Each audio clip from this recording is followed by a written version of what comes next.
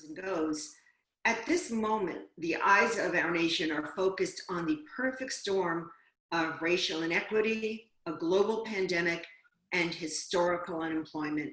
I cannot imagine a greater opportunity to join together to work towards what WRO has always stood for: equal opportunity for all human beings to a decent, safe, accessible, affordable home.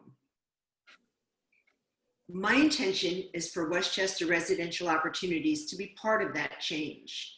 As you listen to our speakers today, we hope that you'll consider how we can work together to realize the goal of equal housing opportunity. Before I introduce our esteemed moderator, I want to thank Ariana Calderon and the Fair Housing Department for all their hard work in putting together this program. Thanks also to the entire WRO staff for their commitment and patience over the past few months, and to our board for their leadership as we weather the COVID-19 crisis together. Finally, I'm grateful to our panel of highly respected experts who you will meet in a moment. First, let me introduce you to Dennis Parker, our moderator and longtime WRO friend and board member. Dennis is the Executive Director of the National Center for Law and Economic Justice. And prior to his current position, Dennis served as the Director of the ACLU's Racial Justice Program. So thank you all for joining us. Enjoy the program. And now over to you, Dennis.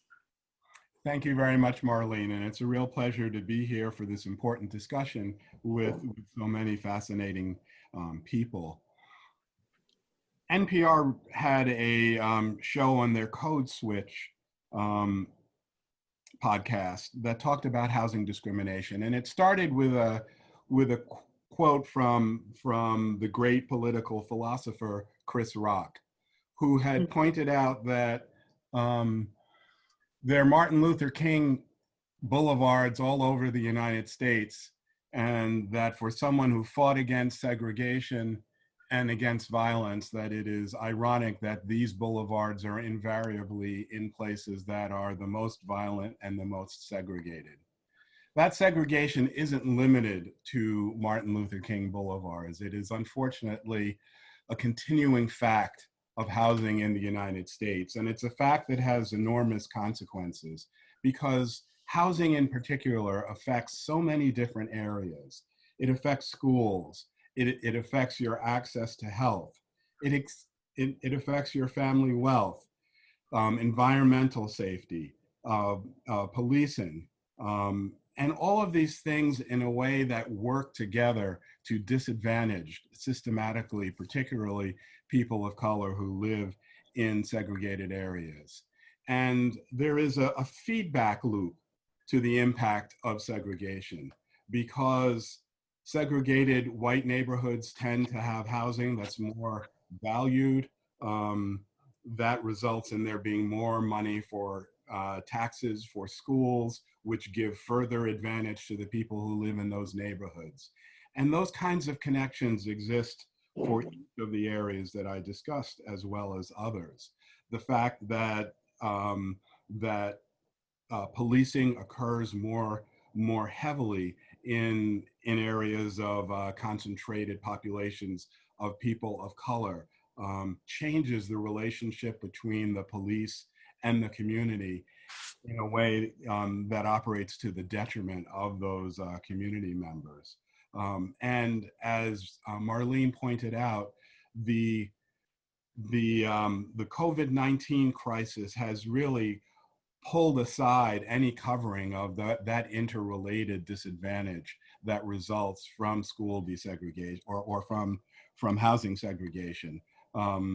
And so it is very important that we have this discussion now. The segregation that exists on the Martin Luther King boulevards and in many towns across the country is not an accident.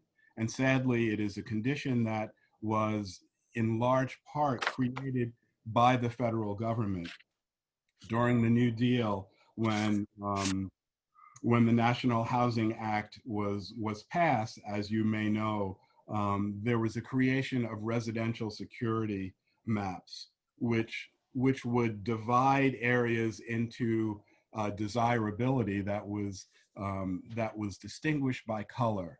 And the areas that were red and later came to be called redlined are the ones that were seen as the most problematic, the most hazardous, particularly for lenders, even though there was no suggestion that the people who lived in them were necessarily greater mortgage risks than anyone else. The things that could get something classified as a redlined area included foreign people, working class people, but the biggest factor that would result in getting that designation was the presence of Black and brown people in those areas. As the suburbs developed, things like restrictive covenants as well as housing discrimination limited the development of integrated settings in the suburbs, just as it had previously in the cities. The Fair Housing Act was an attempt to change that. And certainly the end of the restrictive covenants ended some practices, but it didn't end the segregation.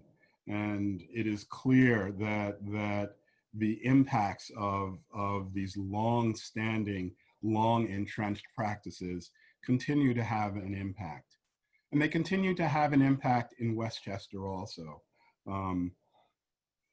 The segregation we see in Westchester and throughout the United States is not the result of choice. It's not the result of random factors. It is the accumulated result of decades, centuries of practices that segregated people of color.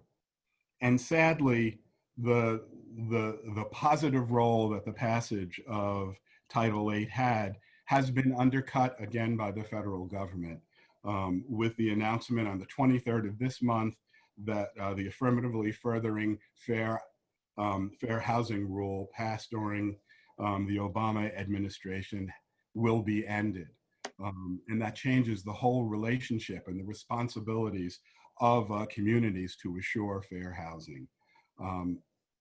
Added to that have been the tweets coming from the White House suggesting that suburbs will now be spared from having low-income people, lower property values in those suburbs. So we're facing a particularly dire circumstance. And we're lucky to have a group of people who could talk about the impact of those circumstances and to talk about how we as a county can move forward to assure that the goals of the Fair Housing Act are met and that everyone has an opportunity not only to live where they want, but to have all of the benefits that are associated with living where you want. Our first speaker, who is the keynote speaker, will be Mayo G. Bartlett, who's the principal attorney at the law offices of Mayo Bartlett and was previously a partner at the law firm of Young and Bartlett, which is a litigation firm which focused on personal injury, criminal defense, and civil rights matters. He served as an adjunct professor at Pace Law School, where he taught moot court and lectured on ethics. He's an active member of the New York State Hate Crimes Coalition and played a pivotal role in the passage of the Hate Crime Act of 2000. He is a director of the Legal Aid Society of Westchester County, a trustee of the Music Conservatory of Westchester, a past director of congregations linked in urban strategy to effect renewal, a former director of the New York Civil Liberties Union, and a member of the African American Men of Westchester. He's the author of A Day at the Museum, and he frequently spends time working to strengthen communities. And Mr. Bartlett will start with the keynote address and will be followed by our panelists. Maria Imperial is the CEO of the YWCA White Plains and Central Westchester. The YWCA and her mission involves eliminating racism and empowering women. She's been recognized by Westchester 914 as a 2018 Woman in a Business winner, award winner. She's received the Fordham Law School's Ferrick Center for Social Justice Champion of Justice Award, the Westchester Human Rights Commission Award for promoting human rights in the county, and also an award by the Westchester Community Opportunity Program for her service. She serves on the board of directors of nonprofit Westchester, the Fund for Modern Courts, and the Women in Courts Committee for the 9th Judicial District. She began her career as an associate at O'Melveny and Myers. She's a graduate of Harvard College, the Robert Wagner Graduate School of Public Service, and Harvard Law School. She lives in Yonkers with her husband and their 2 children. And then we will have here from Damon Maher, who is the Westchester County Legislator, District 10, whose district includes Eastchester, Tuckahoe, and New Rochelle. He was first elected to the Board of Legislators in November of 2017 and was reelected to a second 2-year term in November 2019. He represents the people of Eastchester, Tuckahoe, and about half of New Rochelle. In his first term in office, he was one of 5 newly elected legislators who joined to help to enact laws, policies, and budgetary appropriations, facilitating the equitable availability of housing for all ages and income levels. He increased county investment in quality daycare for working families, better protections for low-wage workers and immigrants, and reducing access to guns. He was the valedictorian of his class at Stepanek High School. He received his BA from Yale College and his JD from Fordham Law School, where he was a member of the Fordham Urban Law Journal. As a lawyer, he's been active in the Commercial Law League of America and the New York Democratic Lawyers. Mr. Bartlett will start with the keynote address, and then will be followed by addresses from the other 2 panels. Please direct questions to the chat room. To those of you who are on Facebook, you can address questions there, and those will be sent to me for the question and answer period at the end of the presentations. So with that introduction, Mr. Excuse me, Mr. Bartlett, I'm sorry. I'm sorry. Thank you very much. First of all, I'd love to thank WRO for all of the work that you've done for as long as I can recall. And it's been a pleasure for me to work with you over nearly 3 decades now. And it's always been a tremendous opportunity for me to learn a lot, and also to serve the public in a wonderful capacity. And a lot of times we talk about rights and we talk about civil rights, but some of the most fundamental rights are your ability to be safe and secure in your home and to have adequate housing. So Mr. Parker, first of all, thank you for everything, and I appreciate you agreeing to moderate. And I just also am thrilled to be here with Ms. Imperial and with Mr. Maher. I will speak to you a little bit about housing as a civil right and as a human right. And I'll talk to you a little bit about the state of housing as it existed in Westchester County in New York State, because quite often we view New York State as being a very progressive liberal state. And unfortunately, it's quite often anything but that. And you'll find that there are instances where we trail states that you would never imagine that we would be trailing. And for instance, one of my very close friends who's a professor at Pace Law School, Michael Mushlin, always laughs and jokes and tells me that he sometimes forgets that he comes from the progressive state of Mississippi.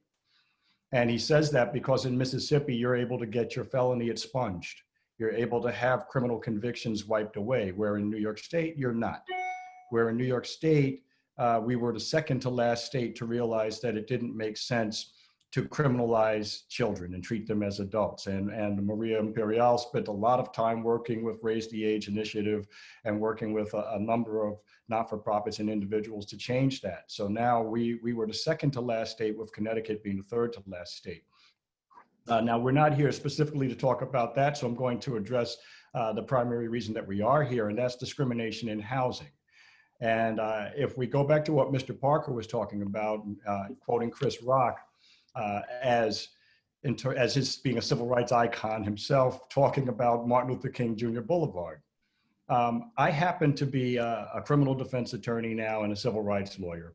I was a prosecutor in the Westchester County DA's office. I started working there in 1992 under Carl Vergari, and stayed there for 11 years. My last 3 years were running the bias crime unit.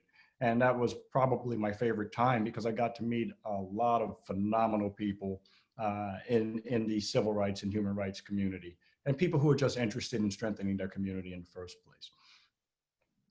What I found was that policing tends to be heavily concentrated in poor areas, in areas where people either have economic deprivation and or they are racial minorities.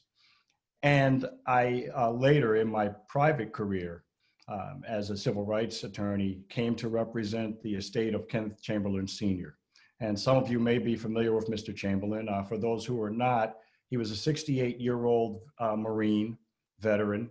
He also was a retired correction officer. And he was in his home. He lived in the Winbrook Housing Projects, which is part of the White Plains Housing Authority. And that residence is bordered by our Martin Luther King Jr. Boulevard in White Plains, New York. And in every respect of the word, Chris Rock was correct. You look and it is perhaps the poorest part of White Plains. It happens to be located in one of the most desirable areas in White Plains, where if you were to design it again, much as if you had an opportunity to look at Rikers Island again, I'm quite sure it wouldn't have been used as a prison. It would be a gated community, but a different type of gate, which would prevent people that were not welcome there and not tremendously wealthy from ever seeing Rikers Island or ever getting close to perhaps Martin Luther King Jr. Boulevard. Mr. Chamberlain, 9 years ago, was in his home and he was sleeping. He lived by himself and he had a medical condition. He had a Life Aid pendant, and you may be familiar with the commercials. You know, I've fallen, I can't get up. He triggered his pendant by mistake at about 5 in the morning. And what happens there is that Life Aid then contacts 911 to make sure that he's okay. First, they tried to contact him, but he was sleeping, so he couldn't respond to them. So then after that, they contacted they called 911, and instead of the medical people basically responding, you would have thought EMS would respond, the police responded. Now, the EMS responded as well, but the police took the point, which is somewhat of an issue, because why are the police the primary responding agency in a medical call? They got to Mr. Chamberlain's home, they knocked on the door, and eventually he came to the door. And they had, by all accounts, perfectly normal conversation. Mr. Chamberlain, we're here, your Life Aid was triggered, are you okay? Mr. Chamberlain responded, yes, I'm fine. And then they said, well, Mr. Chamberlain, let us in. Mr. Chamberlain responded by saying, look, I'm all right, I'm fine. I didn't call you, and I don't want to let you in because I haven't done anything wrong, but I'm okay. And he actually opened the door and cracked the door, and they could see that he was there and that he was okay. You couldn't hear any kind of distress from within the apartment. Nobody was calling out for help. There was no report of anything like that. Instead of leaving, the police stayed at his house for approximately 90 minutes. They banged on the metal door with metal objects. And for 90 minutes, he was under siege.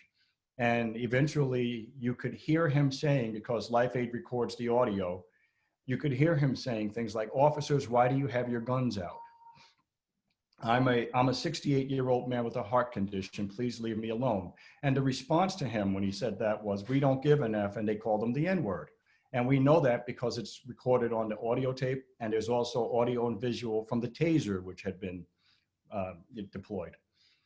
So they eventually broke his door off the hinges. They first, you can see Mr. Chamberlain standing in his doorway, and you can see an older man, not particularly fit. It wasn't like looking at Jack LaLanne at 68. He was a normal 68-year-old man with his arms at his sides and boxer shorts and no shirt on. And they immediately tasered him as soon as the door was taken down. Now, there's a debate as to whether you can even use a taser on a person with a physical health issue, but that's for another conversation. After they tased him, they shot him 4 times with a beanbag shotgun, which is designed to take professional boxers or NFL football players down. And it took Mr. Chamberlain to the ground, breaking one of his ribs and knocking him flat on his back. And at one point, one of the officers, the one who they actually attribute the racial slur to, said that Mr. Chamberlain was flat on his back and you could see the soles of his shoes. And at that moment, they shot him twice, killing him. So you have to wonder, if this was not on Martin Luther King Jr. Boulevard, would this set of events have unfolded? Can you imagine this happening, let's say, in the Soundview section of White Plains? Or can you imagine this happening in an affluent section of New Rochelle or any town, any affluent section of any town? Can you imagine the police responding this way and thinking that it would be okay? So we engaged in litigation with respect to the matter. We had a trial, and at the trial, there were certain limitations which precluded us from bringing up the fact that the racial slurs were used or even arguing whether it was proper for them to have forced their way into his home. So that trial resulted in us losing. We filed an appeal, and the appellate court determined that we should have been allowed to present all of that information. So we now have the case revived, and we are back in court. So I won't discuss the case anymore as it relates to the specifics of what happened or where we are procedurally. What I would ask you to contemplate is, how is it that that happens? And can you imagine that happening in your community? If you can you imagine it happening in other communities near you? So if you were to have removed Mr. Chamberlain again to the Highlands, are the police going to break your door down, and are they going to feel that they can call you a racial slur? Is that going to happen? And what would your neighbor's response be to that? What would the police department's response be to that? What would your mayor's response be to that? So I want to share with you just my personal background. I am the son of a coal miner's daughter. My mother grew up in Keystone, West Virginia, which was part of McDowell County. It's one of the southernmost communities in West Virginia. It used to be part of Virginia before West Virginia seceded. And it was known as the Free State of McDowell County. It was a big coal mining town. At one point, it produced more coal than anywhere else in the world. And it had nearly 100,000 people living in that county. Now it's virtually a dead county because it was a coal mining town. We believe largely because of strip mining that there was a flooding that washed most of the town away, and there are no jobs there. So for a long time, people who had coal mining pensions were preyed upon by the people who had no jobs because that was the only source of money. In McDowell County, they were called the Free State of McDowell County largely because when coal miners went into the coal mine and came back out, you couldn't tell who was black and who was white because they were all covered in coal soot. But the other thing is that they all suffered physical harm as a result of drinking water contaminated by coal ash, breathing that in. Most of them died much earlier than they should have. And there were no opportunities there. So even when you purchased your home, you didn't own mineral rights. So the company could still come in and more or less take your house from you. The thing that we don't discuss is the impact of the GI Bill, where let's say you have an individual who comes back from fighting in the war and is able to buy a home in Levittown. And that's largely because of the GI Bill. And you had people who were black or brown who were not permitted to do the same thing. So where one person would be able to go and buy a home, somebody else is living in Martin Luther King Jr. Boulevard housing projects. What's the appreciation of a house that's in Levittown? So what we would have considered to be modest homes 50, 60 years ago are now houses that sometimes sell for $1 million or sometimes sell for very close to that. So if you think of the appreciation and the intergenerational wealth that is built as a result of that, it's staggering. So you have on the one hand, someone And Senator Andrea Stewart Cousins will tell you that her father was one of those people who came back from the military and had to move into the projects because he wasn't afforded the ability to buy a home with his part of the GI Bill. So he got something that didn't accrue wealth, that didn't accumulate any value that he could hand down to his kids. So that definitely put her behind where she would have been if she was not so situated. The other thing I want to talk about is that there are still restrictive covenants on the books in many houses, many properties in Westchester County. If you were to look, and you would still find, perhaps in houses that we could buy today, that I could go buy the house right now, but the deed of that house says that it cannot be sold to Black people. Now, we have to think who would put that, who would codify that. And if you were to imagine that being done in Nazi Germany, saying that no Jews can purchase this home, what does that tell you about that community? So it says a ton about the community. It says a ton about why WRO, although we perceive it to be a housing organization, is a civil rights organization, because it fundamentally goes to the most basic rights that many of us are denied. So I also have had occasion to work with WRO to assist them in testing of real estate agencies and communities, where we would send sometimes people of different backgrounds in to see how different people are treated when it comes time to look at renting an apartment or buying a co-op or condo or home.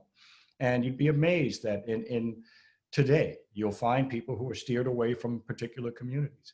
And quite often those communities are going to have the higher value, and they're steered toward communities that are going to have lower value.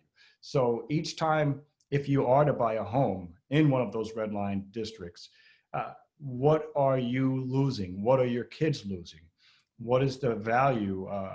What's your family's net worth going to be 2 or 3 generations down the road? How will that enable you to survive a pandemic? How will that enable you to say, hey, I don't want to keep this job, which puts me in harm's way? So these are things that are pervasive in our communities that really have hampered tremendous portions of the community. And it doesn't only hurt Black or brown people, because it hurts us all. So if we were to have somebody who doesn't have their own home, who has to live in a housing shelter, let's say they live at the shelter up on Valhalla's campus that used to be, I think is still administered by Volunteers of America, we might pay $6,200 per month per individual to stay at that shelter. Well, for those of us who are familiar with real estate, $6,200 a month will cover a pretty nice mortgage in most of Westchester County. And you could have a really beautiful house that has 4, maybe more bedrooms, depending on where you are, and you could have that all to yourself. Well, if you live there, if you have mental health issues, I'm sure they would present themselves less if you didn't have to worry about where you're going to live. If you didn't have to worry about, are the police going to come into your house and force their way into your home where they wouldn't for other individuals? So the same individual is begrudged the right to have $1,000 to go toward renting an apartment that helps somebody else in Westchester County maintain their mortgage and helps subsidize their mortgage in an apartment in the home. So this is just a bit of it. It's an icebreaker in terms of where we are. And I think in the interest of time, and hopefully to allow us to have a meaningful conversation, I'm going to yield, assuming I have any more time left, if I haven't gone over already. But I definitely would like to end my portion of the presentation at this point. I look forward to listening to my colleagues and learning a lot from you and from those of you who are participating today. Thank you. Thank you very much, Mr. Bartlett, and you actually are very, very close to your time, so I have no cause to scold you for that. And now, Maria Imperial. Sure. Let me just check to make sure. Okay, I'm unmuted.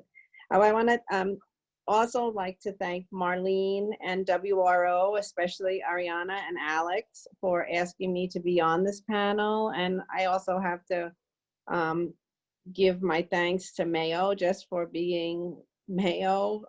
You are such an incredible leader and always inspire me by what you say, and more importantly, by your actions. So thank you. Thank you, Mayo. The mission of the YWCA is the elimination of racism and the empowerment of of women. And at first, when I was asked to be on this panel, I actually was reluctant to be on the panel because housing is not, I don't consider myself very knowledgeable of housing policy or housing finance. But then I thought about the YWCA's mission and the fact that the YWCA is actually the only provider and the largest provider in New York State of permanent supportive housing for women. And nearly 200 women call our residents home. So in order to address the problems related to housing, we must address the underlying problem of racism. And as Mayo said, racial equity advocates are housing advocates. So I'm often asked how the YWCA fulfills our mission of eliminating racism and empowering women. And I have to remind people that what I say often is that we're not new to this, but we're true to this. And what I mean by that is that the YWCA is one of the oldest and most diverse women's organization in the United States and the world. It was started in the United States 160 years ago. And actually in the 1940s, the YWCA began working on integration. And then in 1970, Dorothy Height had the foresight to make the organization adopt what we call the one imperative. And the one imperative was that we all commit to thrusting our collective power to the elimination of racism wherever we saw it. So Dorothy Height very early on realized that none of us could be free until all of us are free. I'm reminded of this imperative today because similarly, none of us could be home until all of us are home. So in addition to the residents, some other programs the YWCA runs are, we have a program called Awakenings, which is a re-entry housing program for justice-involved women, Girls Empowered Through Meaningful Support, and Y Leaders, where we try to develop leadership, especially among girls of color, and racial justice initiatives, including an annual Stand Against Racism. Yesterday, we announced the launch of planning for a Center for Racial Equity, which will be located at the YWCA, and which we hope would provide a safe space to build community and accountability around anti-racism. We will be offering education and training, leadership development, and special programs. Please check our website for more information about the center. As Sherilyn Infill, the president of the NAACP Legal Defense and Education Fund, has said, housing discrimination is the unfinished business of civil rights. It goes right to the heart of our divide from one another. It goes right to the heart of whether you believe that African American people's lives matter, that you respect them, that you believe they can be your neighbors, that you want them to play with your children. As Dennis said, there still is housing segregation in Westchester, and opportunity varies significantly neighborhood by neighborhood. And that affects employment rates, school quality, income, poverty, crime, and health care. As pointed out by Myron Orfield, a professor at the University of Minnesota Law School, all of the disparities in the United States in education, in income, wealth, employment, health, between the races are all fundamentally linked to residential segregation. There is no real way to deal with disparities between Black and white people without dealing with this. Housing segregation is a significant driver of school segregation, which causes and perpetuates racial and socioeconomic achievement gaps. And over the past 2 weeks, I've been on a number of panels. Last week, I was on a criminal justice panel, and I know I was very struck because one of the Board of Legislators, Kitty Koval, pointed out how she feels that racial segregation is really one of the causes that we need to work on in order to address racism in the county. And I think after doing this research, I agree. It's not simply a matter of birds of a feather flock together, but rather a deliberate government policy to segregate. Richard Rothstein, the author of The Color of Law, contends that enduring segregation results from a century of social engineering on the part of the federal, state, and local governments that enacted policies such as the restrictive covenants that Mayo mentioned and redlining that both Mayo and Dennis mentioned to keep African Americans separate and subordinate. To address racial inequity, we must address housing segregation. No policy limits African American income, wealth, and education as much as housing segregation.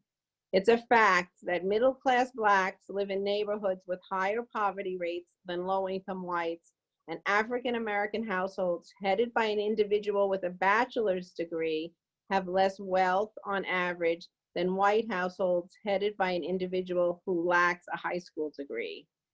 Segregation has contributed to unequal access to strong public education opportunities. The achievement gap, differences in proficiency between white and Black students, persist from early childhood education through high school. The high school graduation rate for Black students is a full 10% below that of white students, 79% to 69%. Right, no, 79 compared to 89%. The gap can be attributed in part to the difference in schooling environments of white and Black students. Over half of Black K-12 students in the United States attend schools where the majority of the students are low-income students of color. These non-white school districts receive far fewer resources per year when compared with majority white districts. The average per pupil revenue for non-white high poverty districts is more than $1,500 less than the national average. Segregation has also contributed to enormous wealth gap. Mayo mentioned about how home ownership contributes to accumulating wealth, and differences in home ownership rates remain the prime driver of the nation's racial wealth gap. Home ownership gap between Black and white families reached record highs in 2019. So the situation's not getting better, it might be getting worse. The average homeowner boasts a net worth of $195K. That is 36 times that of the average renter, which is $5,400. And according to a 2016 Federal Reserve report, 75.6% of whites own homes compared to only 49% of Blacks. Okay. Whereas homeowners receive large benefits from America's national housing policy, most renters who are disproportionately poor receive nothing. Over the years, the federal government subsidized home ownership through large-scale initiatives like the GI Bill and mortgage insurance. Non-white veterans were denied access to the GI Bill by local veteran affairs centers, and I learned of that also from Senator Andrea Stewart Cousins, because I was struck when she mentioned that her father was denied access to that benefit. And also by banks, which denied loan applications in non-white neighborhoods because the Federal Housing Administration refused to insure mortgages there.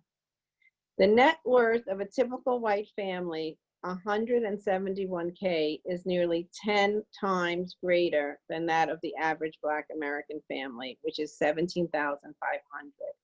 And I have to say that in doing this research, that the wealth gap was what struck me. I was most impacted by the extent of the wealth gap. Wealth disparities are clearly reflected in home ownership. If Black and Hispanic families owned homes at rates similar to whites, the racial wealth gap would be reduced by almost a third. African Americans, even when they rent, frequently encounter discrimination when searching for housing at all stages. And I know I have to do a shout out for WRO, because I know that you work and have testers going out to try to find where this is occurring. And so renters, they receive subpar services, they're shown fewer homes and steered away from certain neighborhoods, even if it's illegal. Last year, a lawsuit was brought against Facebook alleging that the platform allowed advertisers to use data in order to exclude certain groups from seeing home or apartment advertisement. Now, I also wanted to talk about homelessness, because a lot of people think that homelessness is just about housing and that it's related to poverty. But it's really more a direct result of 300+ years of systematic racism. 13% of the US population is Black. However, 40% of the shelter population is Black, and that hasn't changed much since 2013. In another study, it shows that Blacks are 16 times more likely to live in shelter than whites. And if we only looked at poverty, the majority of people living in poverty are actually white, whereas the majority of homeless are people of color. So what could we do about this? Is there hope? I think that now I agree with what Marlene said about the trifecta, and I do feel like some people are saying we can't wait to go back to normal. I don't want to go back to normal. I do want to create a new normal. I'm hopeful that now with effort and intentionality, we can begin to address racism. Government action created this system, so I believe that government policies can now work towards dismantling the system. As Dennis said, this is not an accident, and so we have to be intentional in our response. If the wealth gap and poverty result in homelessness and segregation, that's where we should begin. One way to make amends is to begin to rebuild the economic capital and opportunity in those communities. We have to make sure that voices of people of color are present and loud at every table we are part of. America has changed before, and we can change again. Like other reforms, it will take time and money. This is concrete, doable work, and it must be intentional. It will not happen by accident or magically. If we want to go anywhere, it has to be delivered. We need to move beyond cultural competence and move into anti-racist work. Won't you join us? Strong alone, fearless together. Thank you. Thank you very much, Ms. Imperial. And so our final speaker, Mr. Maher, can speak a little bit about the role of government in the issues that we've been talking about. Welcome, Mr. Maher. Thank you, Dennis, and thank you for your kind introduction. You know, and a smile when I still see I have that high school reference in there. Basically, that was to ward off the folks who were saying when I first ran that I was some sort of carpetbagger, but I've been in Westchester County my whole life and proud graduate of Stepanek High School in White Plains. And thank you so much to WRO for putting this together and sponsoring this. And, you know, I think, you know, the reference to the great philosopher Chris Rock, I think of another quote that's attributed to him. I don't think there's a white person in America who would trade places with me in my black skin, and I'm rich, you know, which he certainly is. You know, yeah, talking about the redlining. First of all, I have a map of my district in my office, on which my son has put an overlay of people with. He's done several maps with overlays of people with various indicia of poverty and the percentage of those people in a particular neighborhood. And he's overlaid that over the 1935 redlining map, and that's when it was done. You know, during the Depression, that was one of the public works projects for realtors who didn't have a lot of other work at the time that set out the red line districts. And unfortunately, it's 85 years, and you know, people have barely moved out, you know, a few blocks from those districts. They're still very much segregated and suffering a lot of the problems that you have in urban neighborhoods. In any event, I'm going to concentrate on what I know, which is the Westchester County Board of Legislators and what we're doing and the kinds of things we like folks out there who are citizens to support and let us know, you know, when we're doing well and when we're not. People are very, in government, are very sensitive, especially now these days, emails. You know, floods of emails are very important. I was surprised when I first started how little feedback we were getting on various things from the electorate. And when you do, you know, when you get a big amount and everybody's getting it, people sit up and take notice. So that's the first thing I want to say. So I am the chair of the Labor and Housing Committee at the County Board of Legislators. And a couple of things I hope are coming up. We're going to do something on our co-op disclosure law. You know, buying a co-op apartment is one of those first rungs that people can grab onto on the economic ladder. They tend to be cheaper than a starter home or a condo, but they come with this little problem that the board of directors or a committee of that board in a co-op can decide, we don't want you. Very, very strange, old-fashioned concept that I guess goes back to, these exclusive buildings on Park Avenue in Manhattan, that sort of thing. You can't discriminate on the basis of the various protected classes. However, if you're a board and you reject someone, you don't have to give a reason. You can, and any other, it can be, you didn't like the tie that the person wore to the interview. And that would be perfectly acceptable reason, unless you could tie that to the person's race, color, creed, sexual orientation, etc.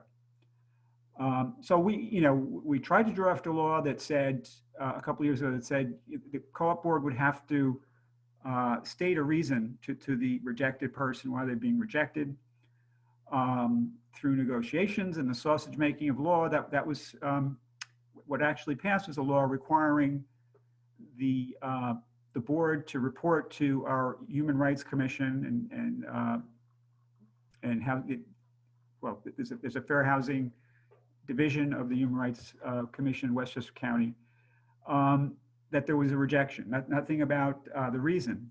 And in their testimony, the real estate interests, the co-op boards, it said, it's very rare that we turn anybody down. Well, it turns out it's more like 15% of applications to turn down, and now we don't really have the information on why. So we're going back to the drawing board. I think we have a good shot pretty soon. We're going to discuss it in committee first before it goes to the full board, of making a stronger law.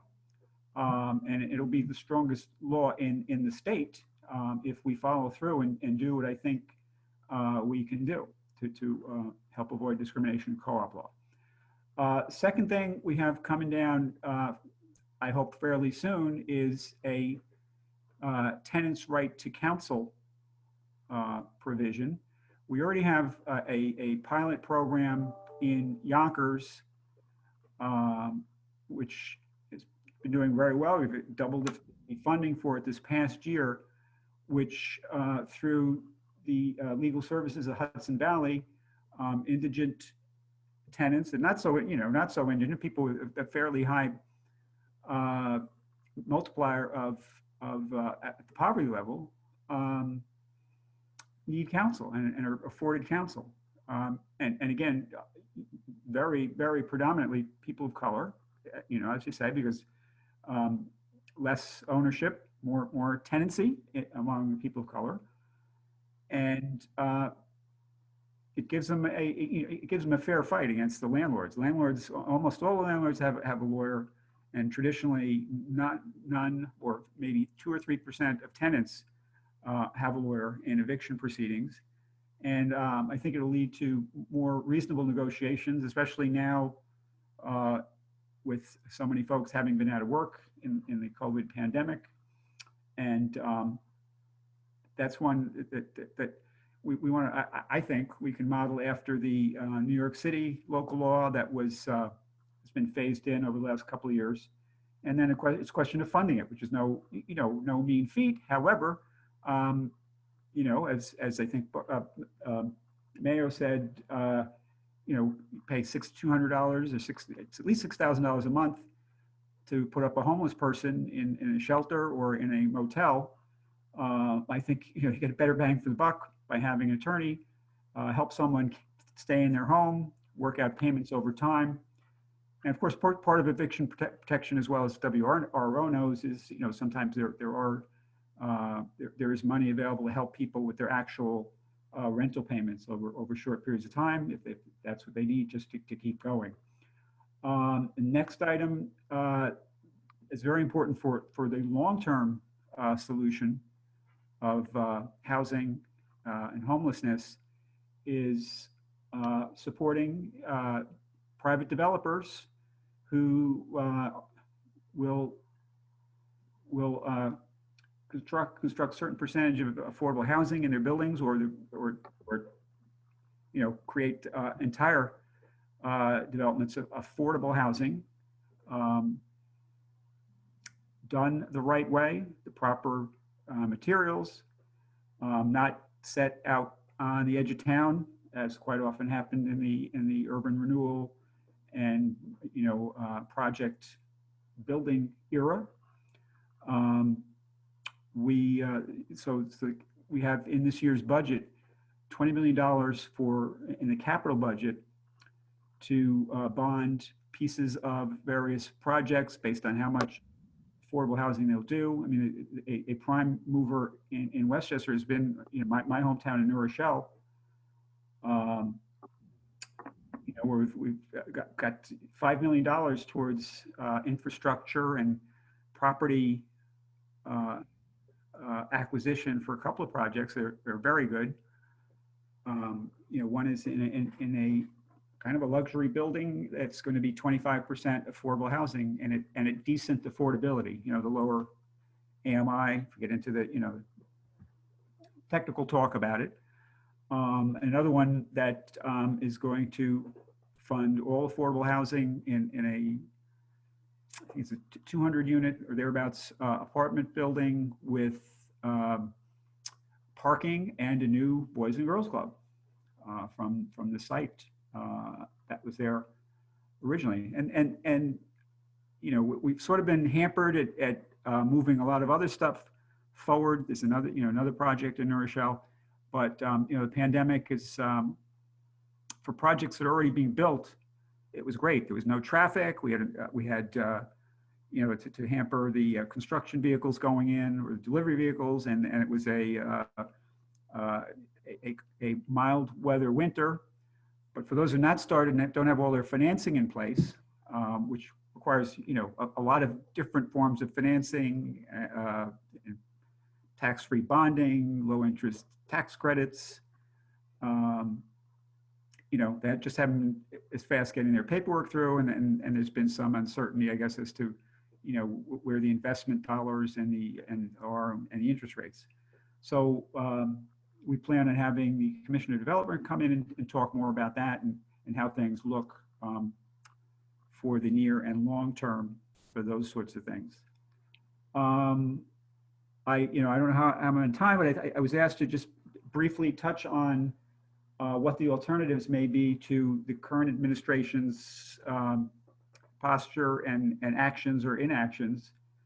But the Democratic candidate does have a fairly progressive plan on housing.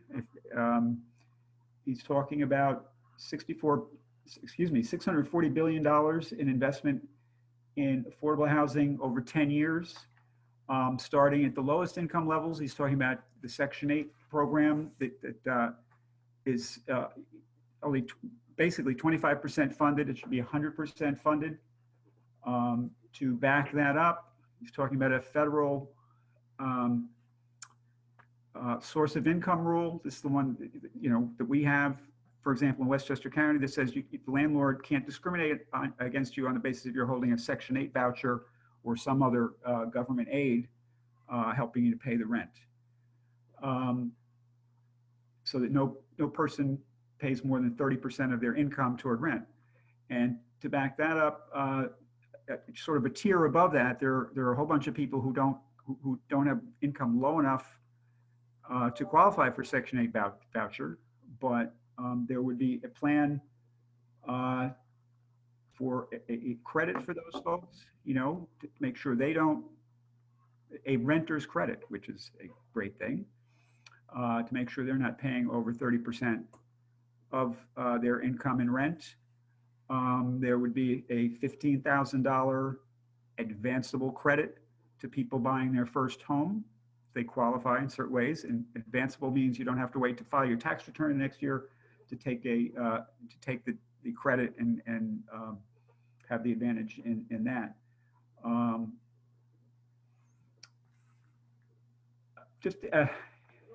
What else?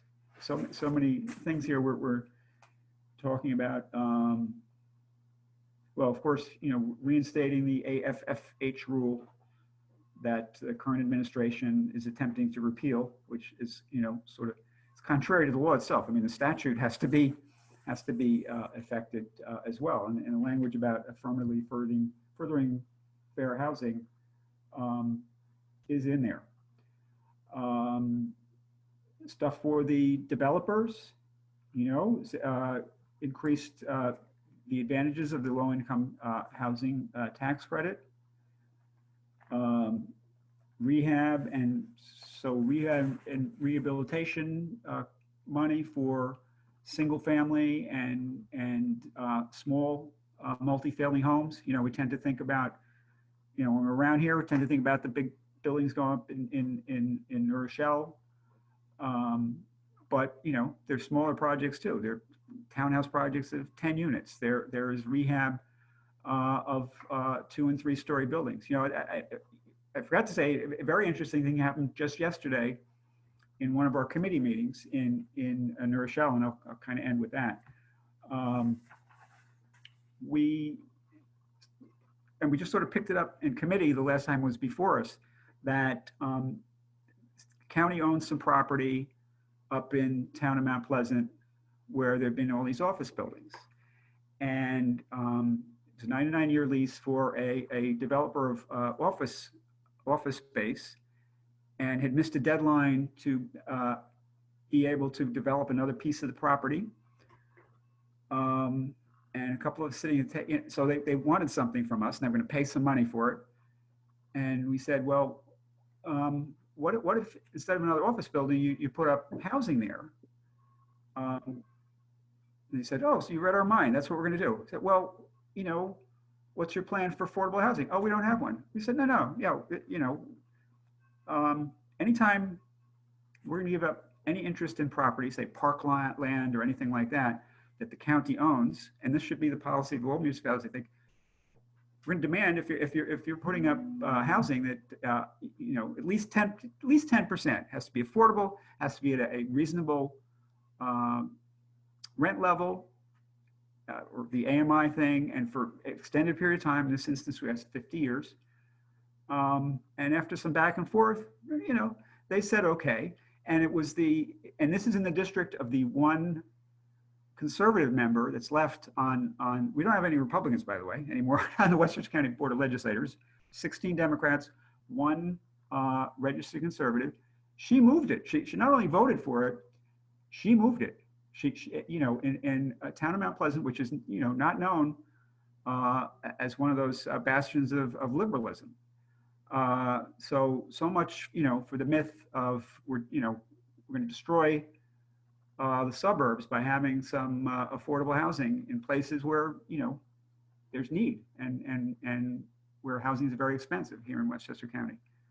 So I'll leave with that. Now, the other thing, a representative of Senator Schumer may have been coming. I don't know if she has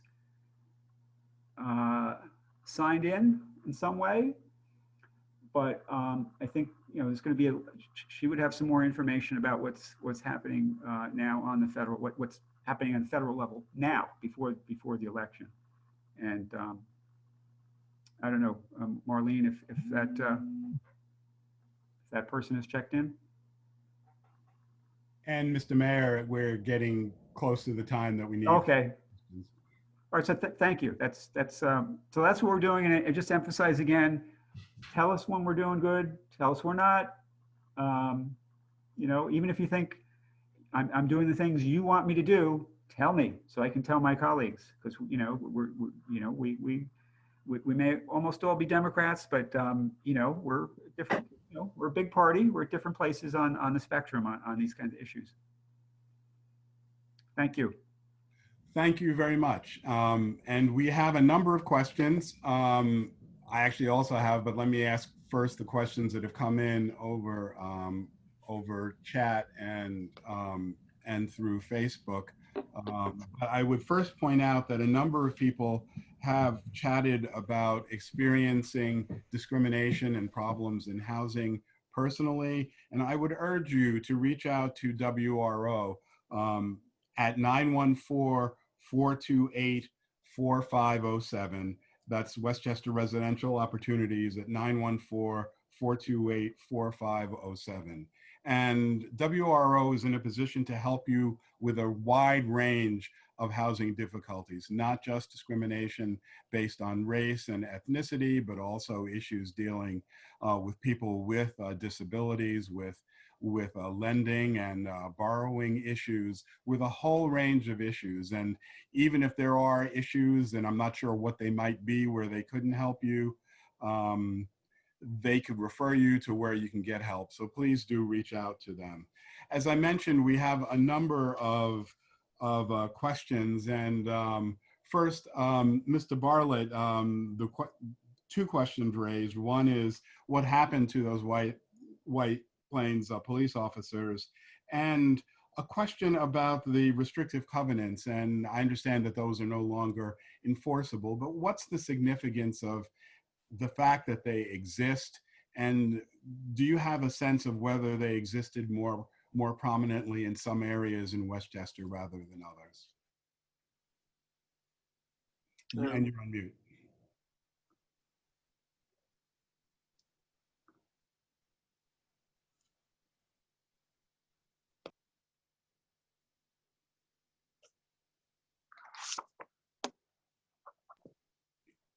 You're still on mute.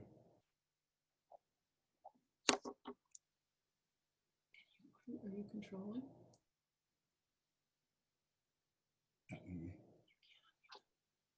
Mr. Bartlett, are you able to unmute? Thank you. I couldn't find the screen. I lost the images for a minute. I apologize. Okay. With respect to the police officers in Mr. Chamberlain's matter, there were basically very little consequences, if any. Many of them had no consequences. One of them passed away in an automobile accident. That's the person that they had suggested used a racial slur. We don't know if that's actually the one, but that's who they said did. The others, many of them retired. One, I believe, went out on disability, but I think that most of them did that on their own terms. So there were virtually no consequences. The district attorney's office at the time had presented the matter to the grand jury, and the DA at the time, was Janet DiFiore, acknowledged that the racial slur had been used and suggested that the reason that they had called him the N-word was because it was a tactic to distract him, and stated that openly during a press conference with CNN, MSNBC, Fox News, New York Times, you name it. They presented the case to the grand jury, but we don't know how it was presented or what witnesses were called or what the grand jury was even allowed to contemplate in terms of charges. Which is another issue. We think that the grand jury should be much more transparent, except in matters where you need to have confidentiality. So if there's a protective order necessary because someone's a threat to the witnesses. But in this case, the people testifying were largely going to be police. So I can't see why we would need to have their testimony secret. I don't believe that they would think they'd be retaliated against. After that, the case went for the civil rights lawsuit. And so there was basically no consequence whatsoever for the officers involved. Can you just refresh my recollection regarding the second component of the question? Right, the question was about restrictive covenants. The questioner asked whether there could be legislative action, but of course those aren't enforceable, but they still have significance. And I'm wondering if you could talk a little bit about that and where they may have been more predominant. Absolutely. As attorneys, we always look at what the legislative intent is. Okay, so if the Westchester County Board of Legislators drafts new legislation, they will include the legislative intent, which sort of tells you why they're doing this. And when you look at restrictive covenants that are permitted to exist, it's clear that the intent was to separate people in the community.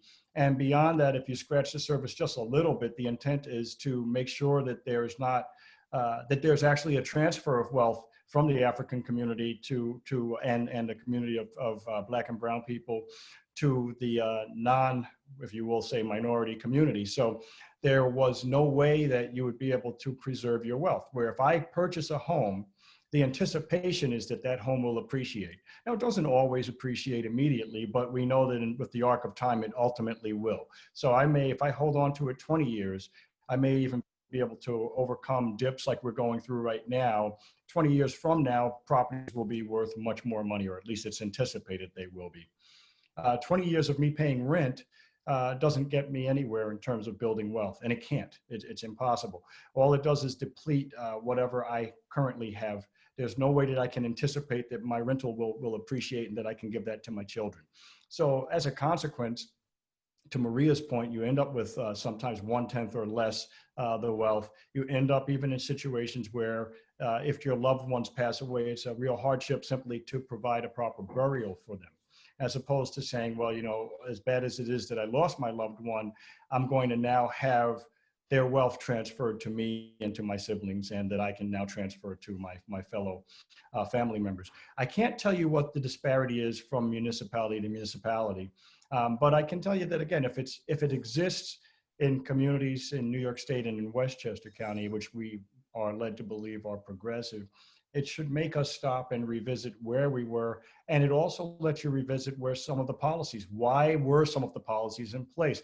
If these policies and if these protocols and codifications were discriminatory in intent, if you review some of the other policies, such as policing policies, educational policies, for instance, if you look at the same town, and within the same town, same unincorporated town, you have one a nationally award-winning school district and one that's struggling, and there's not a separate village or a separate municipality. It makes you wonder, how is it that that comes to be? Thank you. Ms. Imperial, you talked about a number of very compelling and saddening statistics about disparities. One of the questioners asked whether it is true that white high school dropouts are more likely to be homeowners than Black or people of color college grads. Are you familiar with any statistic like that?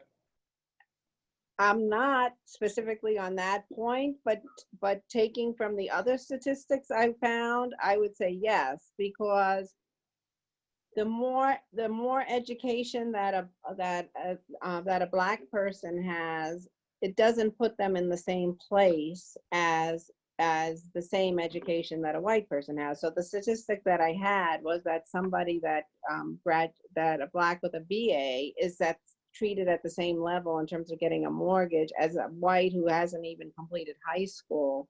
So based on that statistic, I think I would say that there probably are statistics to back up that point, which is I think that just education is the solution to this problem, because it's not, education is not, it's racism that has to be taken into account. Thank you. Mr. Mayor, there were two questions that I'm going to direct to you. One was asking the difference between, or is there a difference between affordable housing and low-income housing? And the second question is whether Westchester would or should consider promoting accessory dwelling as a way of increasing inclusive housing and providing additional income for homeowners.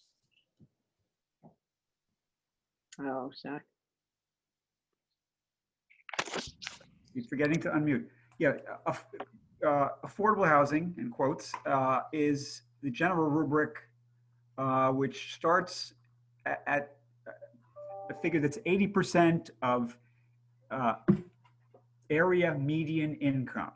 Now, the area that's chosen for the housing designations in this county is the county median income, which is very high. So if you're saying affordable housing starts at 80% of median income for a family of four in Westchester County, that's pretty close to $90,000 a year. And then the other designations, like moderate income, moderate income, low income, very low income, are sort of scaled down. They're I guess somewhat arbitrary names based on the percentage of AMI. And low income, I think it's like 50, would work out to like $50,000-$60,000 in Westchester County. We live in a very, very high priced area, very, everything costs a lot, and median salary is pretty high, but but very low income would be 30. And what you want to do, and what the county encourages when the county gets involved in helping to leverage the dollars that come from the developer and from the state and from the industrial development agencies and federal low-income tax credits and all that, we want to see the average to be about 60% of this AMI, and we want it as in a spread. We want some at 30%, some 40, 50, and up to 80. So that's what that's about. The other issue was I'm sorry, what was the second question? I know I even typed an answer to the second question. Accessory dwelling? Accessory, yes. Oh, so the county did do a housing assessment, formal housing assessment that came out sometime toward the end of last year, I believe. And yes, that's one of the things that's very much encouraged. Understand that the county cannot force the villages, towns, and cities to change the zoning. We can encourage them to do so, and that was part of our responsibility under the federal litigation that has been still pending, the conclusion of the federal litigation involving certain towns and villages which had to produce more affordable housing. But it's kind of a fancy phrase now with its own acronym, ADU, which you or I might call a two-family home or a mother-daughter or in-law apartment. But yes, and especially in some of the smaller communities that don't have the density or don't have the apartment-style dwellings, looking for basically more two-family housing instead of just single-family homes. And it's a great way for people for people starting out with a home to be able to afford a mortgage too. They want to own. It's a very old traditional story, but yes, it is something that is encouraged. Thank you. And I have one specific question for Ms. Imperial, and then a number of questions that I'd like to group together and have each of you answer, which means that we have a lot to do in like 12 or 13 minutes. But Ms. Imperial, we haven't really spoken about the question of housing for undocumented people and the issues that they face, and what can we do to make sure that they are properly housed. Oh, that's a great question. And actually, as you're asking me, I don't know off the top of my head, for example, at our residence, if we are able to take an undocumented person at our residence. I don't know the answer to that question, but I think that it's a need. It's definitely a need in the county, and it's a challenge of coming up with the funding so that there can be housing. I don't know if anybody else has suggestions for how we could go about doing that. One of the things that I think we ought to contemplate is the fact that you may have parents or a parent, sometimes just one parent that's not documented, but you may have the other parent and the children who are.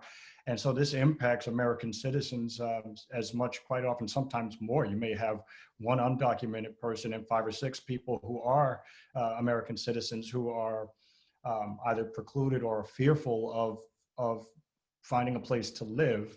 And we know that sometimes for simple infractions, you may have a misdemeanor DWI. And when you go to court, what was happening in Westchester County is people were being grabbed before they could even enter into the courtroom. So those are some of the concerns.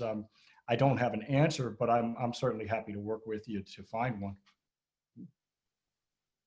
I know in terms of, certainly in terms of legal representation,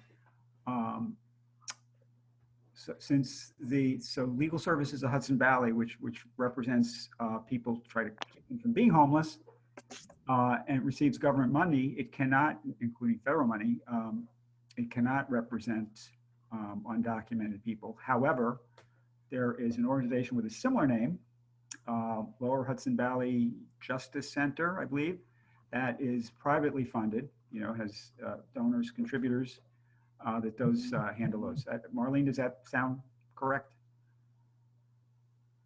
Oh, yeah. Valley Justice Center. Am I unmuted? No, you're you're not. unmuted now. Okay, I think it's Hudson Valley Justice Center. If anyone wants to know for sure, you can call me because I'll find it. But there's a very similar problem with all the funding that we're getting. We're getting a lot of money as a result of COVID and the CARES Act. Most of the money that we're getting can't be used for people without documentation.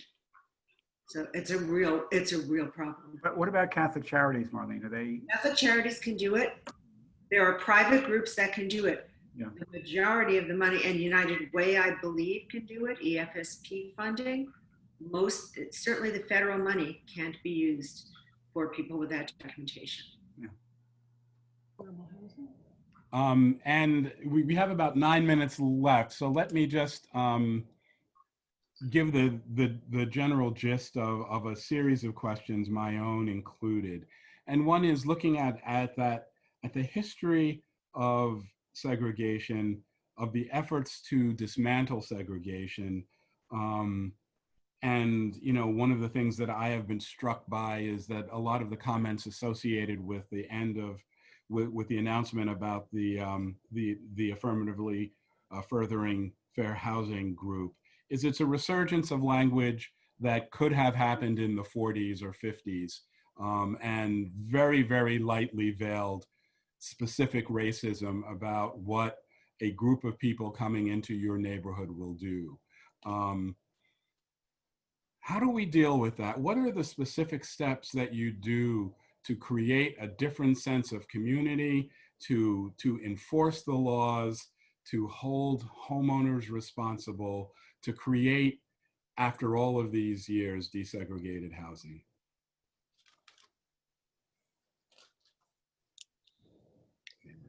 I think that, oh, sorry. I think that, oh, sorry. Were you going to say it's a $64,000 question?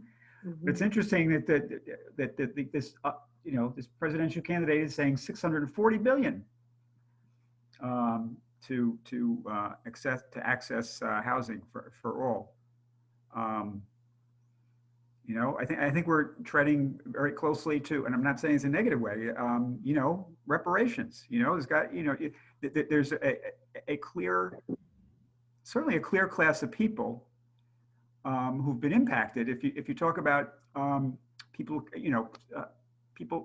soldiers, black soldiers who came back after the war and weren't able to avail themselves of the GI Bill or the VA backed loans, and even the local, the usual FHA loans. Some of them are barely still alive, but they're families that the next generation is around. I think we should be having that conversation, that there were people impacted. We have to control the language. Those who are on the other side say, oh, you're social engineering, you're trying to redo everybody's neighborhood. Well, no, the social engineering was 85 years ago and before that, when government, as you pointed out, as everybody's pointed out, very much hands-on in creating what we have today. And now government has to undertake to affirmatively undo that. And some of it is also investing in the neighborhoods where folks are now in, rehab of their buildings and in their infrastructure, roads, parks, small business development in those areas. So the answer is money, Ms. Imperial and Mr. Bartlett? I was just going to add, and I think everyone on the panel is an attorney, I think, but anyway, I find myself saying, res ipsa loquitur, the truth speaks for itself.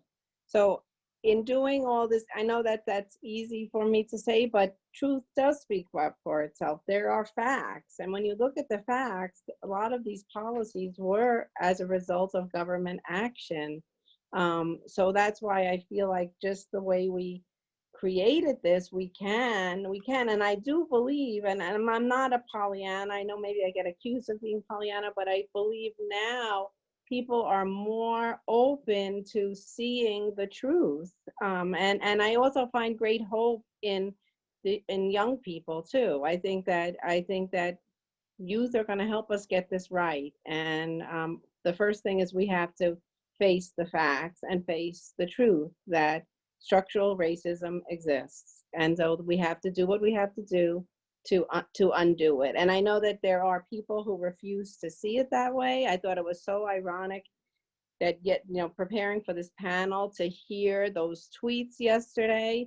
I mean, how many times can all of us be shocked by the tweets?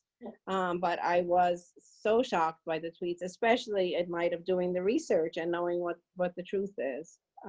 So I'm hopeful. I don't have the answer. It's going to take work. It's going to take intention and commitment. But I think more people now are willing to see the truth and willing to work on this. Thank you. Mr. Bartlett?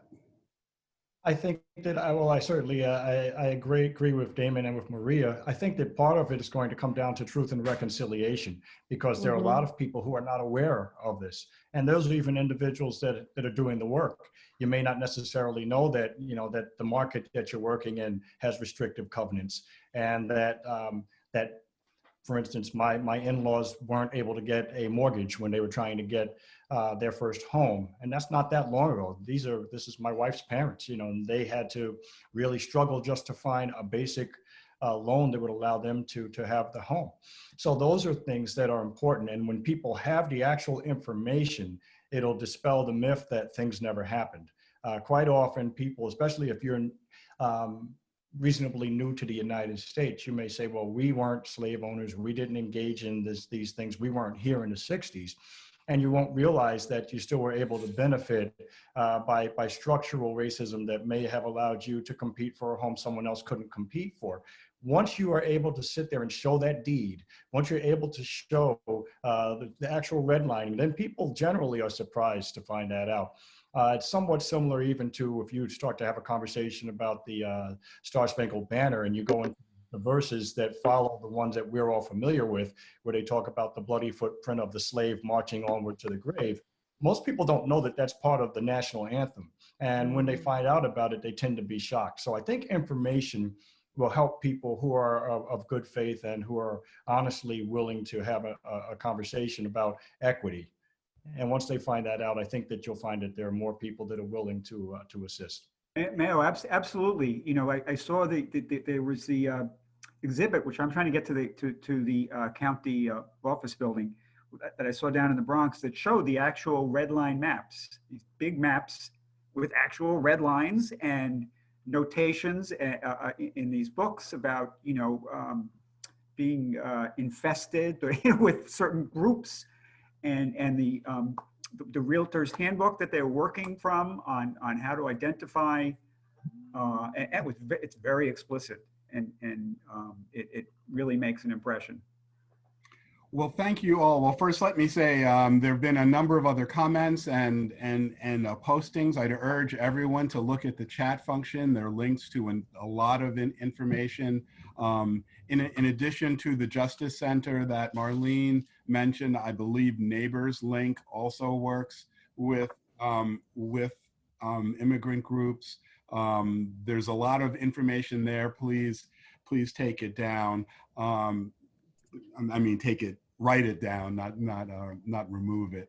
I'd like to thank first Marlene for all of the incredible work that WRO does in Westchester. And I would particularly like to thank each of the speakers who brought your expertise and your passion and your commitment to these issues. And, again, thank you for presenting, and thank you for the excellent work that you've done. Dennis, may I very briefly, I just have one thing. It may be a follow-up, I'm not certain, but I believe that Rob Horne, H-O-R-N-E, is an attorney who works with the Regional Immigration Assistance Center, and they're housed with the Legal Aid Society. And his number, he may be able to provide some assistance for people who may not have documentation in terms of housing. If he can't do it directly, he may be able to assist. The number's 914-286-3410. I'm hoping that it works. It may not, but at least it's an effort. So great. Thank you very much. Thank you all. Thank you. Thank you all. Bye-bye. Thank you. Thank you. Bye.